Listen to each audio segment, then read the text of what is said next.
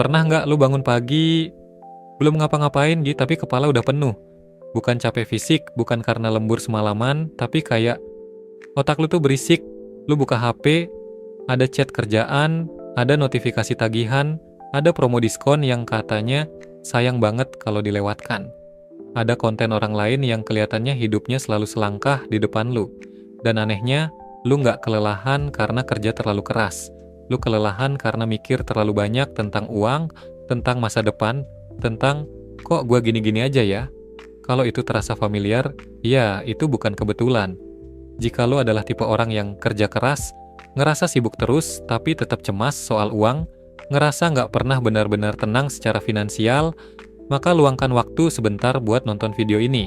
Karena hari ini kita bakal ngomongin sesuatu yang jarang dibahas, bukan soal kerja lebih keras, dan bukan soal investasi paling cuan, tapi tentang kenapa otak lu capek, padahal masalahnya bukan dari kerjaan lu. Kita dibesarkan dengan satu kepercayaan yang salah. Kalau lu capek, berarti lu kurang kerja keras. Kalau uang masih bikin stres, berarti penghasilan lu kurang besar. Solusinya, kerja lebih lama, cari uang lebih banyak. Masalahnya gini, kalau itu benar, maka orang-orang dengan gaji besar harusnya paling tenang hidupnya. Tapi faktanya, menurut data dari American Psychological Association, orang dengan pendapatan tinggi tetap mengalami financial stress yang signifikan, bahkan seringkali lebih cemas karena gaya hidup dan ekspektasi yang ikut naik. Dan survei dari Deloitte menunjukkan lebih dari 60% pekerja profesional merasa kelelahan mental, bukan karena jam kerja, tapi karena overthinking dan tekanan finansial yang konstan. Ini bukan soal lu kurang kuat, ini soal bagaimana sistem uang modern memaksa otak kita bekerja tanpa henti. Inilah yang kebanyak orang nggak sadar, otak itu bukan mesin tanpa batas. Menurut penelitian dari Roy Baumeister, manusia punya kapasitas terbatas untuk membuat keputusan setiap hari. Dan ketika kapasitas itu habis, kita masuk ke kondisi yang disebut decision fatigue. Keputusan buat ngatur keuangan ini yang paling banyak orang lupakan, dapat uang langsung dipakai ke hal-hal yang tidak perlu, tanpa memikirkan dampaknya. Perlu dicatat, setiap rupiah punya konsekuensi psikologis. Sekarang pertanyaannya, berapa banyak keputusan finansial yang lu buat setiap hari? Coba komen di bawah. Disinilah bagian yang benar-benar menarik. Otak manusia tidak dirancang untuk sistem uang modern. Secara evolusi, otak kita cuma mikir, apakah gue aman hari ini? Apakah gue bisa bayar tagihan? Apakah gue tertinggal dari orang lain? Apakah gue bikin keputusan finansial yang salah? Masalahnya, tidak ada titik selesai. Lu nggak pernah merasa, oke, gue aman selamanya. Karena akan selalu ada. Harga naik, standar hidup naik, ekspektasi sosial naik.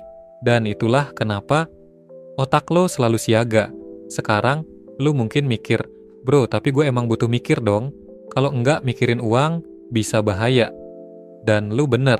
Tapi ini poinnya, berpikir itu perlu, overthinking itu merusak, dan sistem keuangan kita hari ini mendorong overthinking, bukan karena lu lemah, tapi karena tidak ada struktur yang melindungi energi mental lu.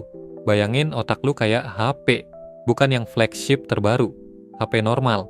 Kalau lu buka 20 aplikasi sekaligus notifikasi nyala, terus background app nggak pernah ditutup, apa yang terjadi? Baterai boros, HP panas, lambat, error. Solusinya bukan pakai HP lebih keras, tapi tutup aplikasi yang nggak perlu. Dan dalam hidup finansial, aplikasi itu adalah keputusan-keputusan kecil yang nggak punya sistem. Langkah pertama yang paling penting, kurangi jumlah keputusan finansial harian lu. Caranya, automasi. Auto transfer tabungan di awal gajian, auto investasi, jumlah tetap, budget hiburan yang fixed. Jadi lu nggak perlu mikir ulang setiap bulan. Penelitian dari Behavioral Economics menunjukkan orang yang mengotomasi keuangan lebih konsisten menabung hingga 40% lebih tinggi.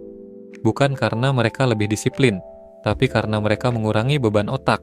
Ini bagian yang jarang dibahas. Lu capek bukan karena kurang uang. Lu capek karena nggak tahu kapan cukup. Tanpa definisi cukup, setiap tambahan uang hanya jadi tambahan kecemasan. Tanya ke diri lu, berapa angka hidup nyaman versi gua? Dan tulis itu. Karena kalau enggak, lu akan terus kejar sesuatu yang enggak punya garis finish. Ini terdengar aneh, tapi ini teknik psikologi yang legit. Alih-alih mikirin uang setiap saat, tentukan satu waktu. Misalnya, Setiap minggu jam 7 malam.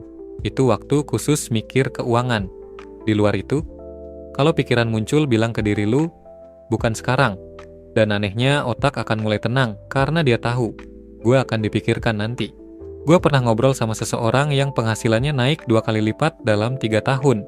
Tapi katanya, bro, gue lebih capek sekarang daripada waktu gaji gue setengahnya. Kenapa? Karena dulu dia mikir, gimana caranya bertahan. Sekarang dia mikir, gimana caranya nggak turun. Dan itu tekanan yang berbeda tapi sama beratnya. Inilah kebenarannya. Otak lu capek bukan karena lu malas, bukan karena lu kurang kuat, dan bukan karena lu kurang pintar. Otak lu capek karena lu hidup dalam sistem yang menuntut keputusan finansial non-stop, tanpa ngajarin lu cara menghemat energi mental. Dan kalau lu nggak sadar, lu akan terus merasa sibuk, tanpa pernah merasa aman. Lihat, lu nggak perlu jadi ekstrovert. Lu nggak perlu tahu semua hal soal uang. Yang lu butuhin adalah struktur, supaya uang berhenti jadi suara berisik di kepala lu. Kalau video ini bikin lu mikir, bikin lu ngerasa, anjir, ini gua banget, subscribe ke channel ini. Karena di sini kita bukan belajar jadi kaya cepat, kita belajar punya hubungan yang lebih tenang dengan uang, biar hidup lu nggak terasa berat terus. See you in the next video.